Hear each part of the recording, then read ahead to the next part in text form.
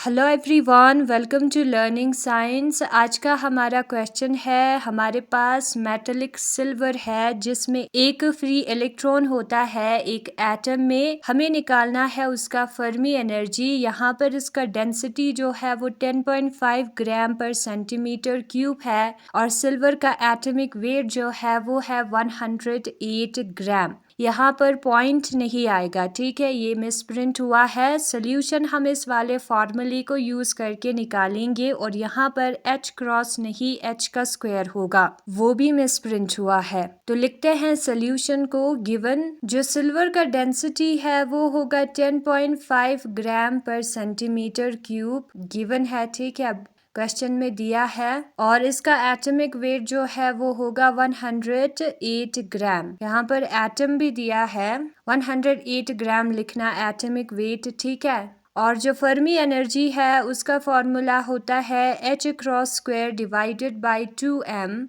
3 pi square n का power 2:3।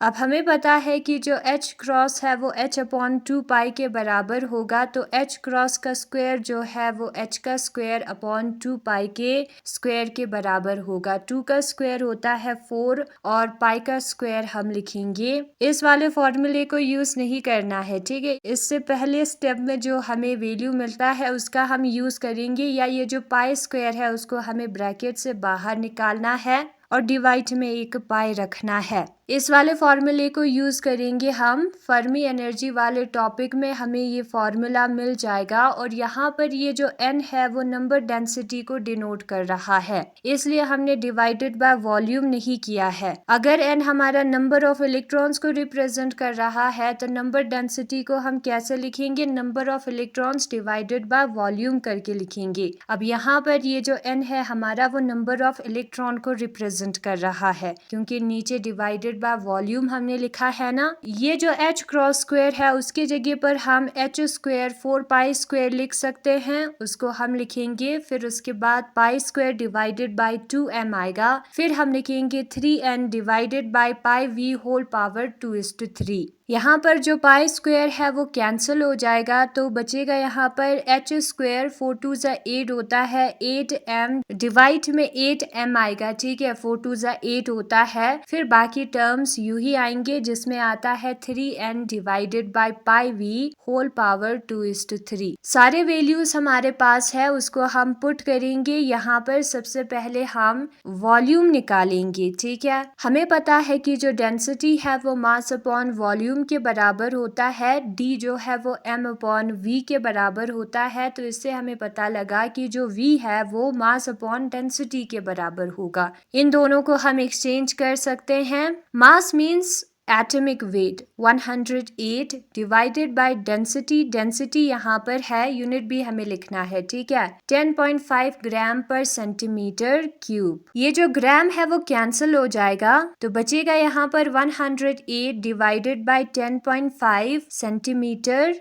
Cube पर centimetre cube. अब ये जो सेंटीमीटर के पावर में -3 है उसको हम ऊपर लेकर जाएंगे तो प्लस बन जाएगा -3, ठीक है। और यहाँ पर सेंटीमीटर क्यूब लिखा है, इसका मतलब है इन दोनों टर्म्स का, सेंटी और मीटर का क्यूब। हमें पता है कि जो सेंटी है वो 10⁻² होता है, तो 10⁻² मीटर का क्यूब, 2 3 6 होता है, 10⁻⁻6 मीटर का क्यूब आएगा। तो हम यहाँ पर सेंटीमीटर के क्यूब के जगह पर 10⁻⁻6 मीटर क्यूब लिख सकते हैं। सेंटी का भी क्यूब होगा, ध्यान में रखना है, ठीक है। अब ये जो टर्म है 10⁻⁻6 उसको हम नीचे लेकर जाएंगे तो पावर में जो टर्म है उसका साइन चेंज हो जाएगा, 10⁻+6 बनेगा। तो हमें मिलेगा 108 divided by 10.5 into 10⁻6 metre cube.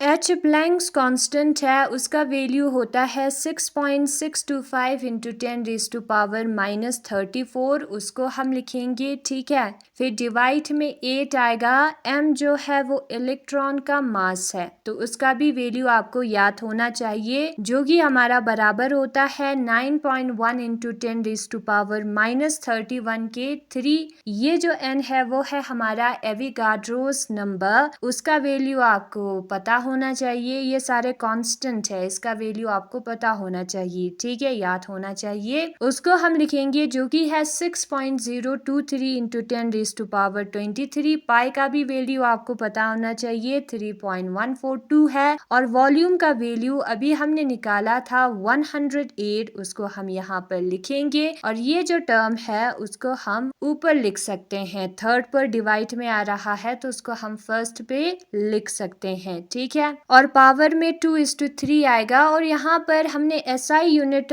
बनाया है, मीटर क्यूब क्यों बनाया है, क्योंकि हमें एसआई में चीजें चाहिए, ठीक है। तो ये सारे टर्म्स एसआई में है, इनका यूनिट। ना हम क्या करेंगे, 6.625 को 6.625 के साथ मल्टीप्लाई करेंगे, उसी को हम कहते हैं ना 6.625 का स्क्वायर। तो 5 5 25, 5 2 10, 11 12, 1 केरी, 5 6 30, 31 3, 5 6 30, 33। फिर हम क्रॉस लगाएंगे, फिर यहाँ पर 5 2 10, 1 केरी, 2 2 4 5, ऐसे कंटिन्यू करते जाना। यहाँ पर मुझे आंसर गलत आया, ठीक है, 10.89 नहीं आता है। बहुत सारे नंबर्स है इसलिए गलत हुआ होगा। मल्टीप्लिकेशन आपको आता है तो आपको मल्टीप्लाई करना है 6.625 को 6.625 के साथ। फिर उसके बाद ये जो पावर में -34 है ना, उसको 2 के साथ इंटू करेंगे तो -68 बन जाएगा। ओके फिर हम 9.1 को 8 के साथ इंटू करेंगे, 8 1 जा 8 और 8 9 जा होता है 72, उसको हमें लिखना है। एक पॉइंट के आगे डिजिट है तो 72.8 आएगा। फिर हम लिखेंगे 10⁻31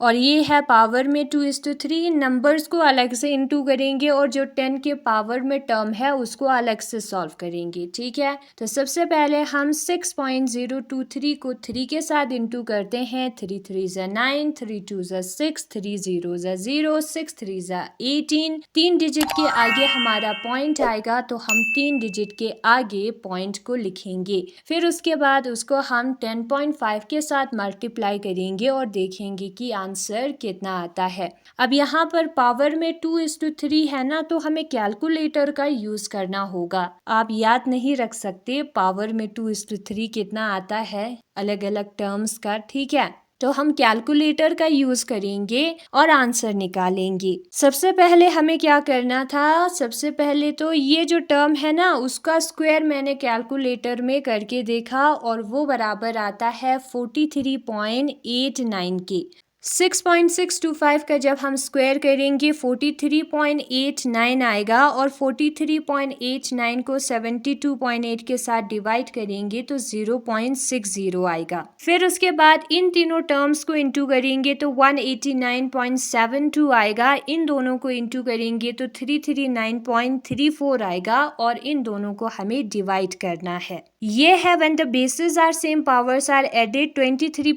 6 करेंगे तो पावर में 29 आ जाएगा। इन दोनों को डिवाइड करेंगे तो 0.559 आएगा, ठीक है। और यहाँ पर भी basis are same powers are added करना है। -31 को ऊपर लेकर गए हैं, +31 -68 + 31 -37 होगा। 0.559 को 559 डिवाइडेड बाय 1000 करके हम लिख सकते हैं। ये जो टर्म है वो सेम है, ठीक है। यहाँ पर 100 को हमने ऊपर लेकर गए हैं तो -2 बन जाएगा। 10 का स्क्वायर 10⁻⁻2 बन जाएगा और यहाँ पर सिर्फ 10 ही बचेगा, जिसका मतलब है 55.9। 29 में से 2 निकालेंगे तो 27 आता है और यहाँ पर हमें इसका पावर अलग से 2:3 और इसका पावर अलग से 2:3 करना है। 3 9 जा 27 होगा, 9 2 जा 18, यहाँ पर 18 आएगा। 55.9 का पावर 2:3 जब हम करेंगे तो 14.62 आएगा, ठीक है। यहाँ पर हमने 100 को ऊपर लेकर 29 में से माइनस इसलिए किया ताकि हम 3 और 27 को कैंसिल कर सके। ये जो टर्म है वो 3 के पारे में आ सके।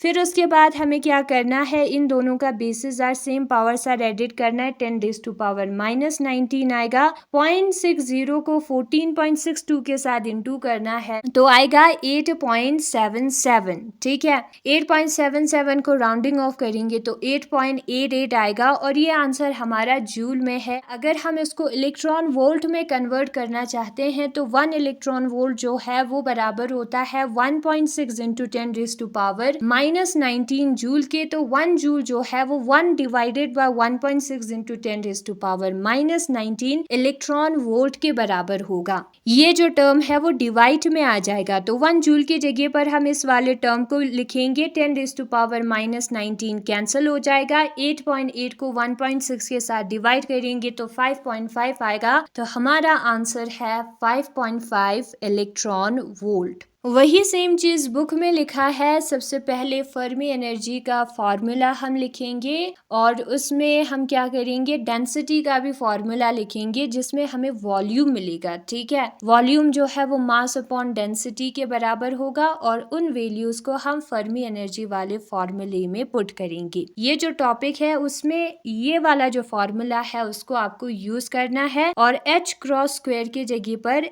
h का हम यूज करेंगे, h स्क्वायर अपॉन 4 स्क्वायर। ठीक है, सारे वैल्यूज आपको पुट करना है तो आपको मिलेगा 8.8 इंटू 10⁻⁻19 जूल। इलेक्ट्रॉन वोल्ट में उसको कन्वर्ट करने के लिए 1.6 इंटू 10⁻⁻19 से डिवाइड करना होगा। ओवरऑल आंसर हमें मिलेगा 5.5 इलेक्ट्रॉन वोल्ट। पावर में 2:3 है तो उसको निकालने के लिए कैलकुलेटर का यूज करना ही होगा।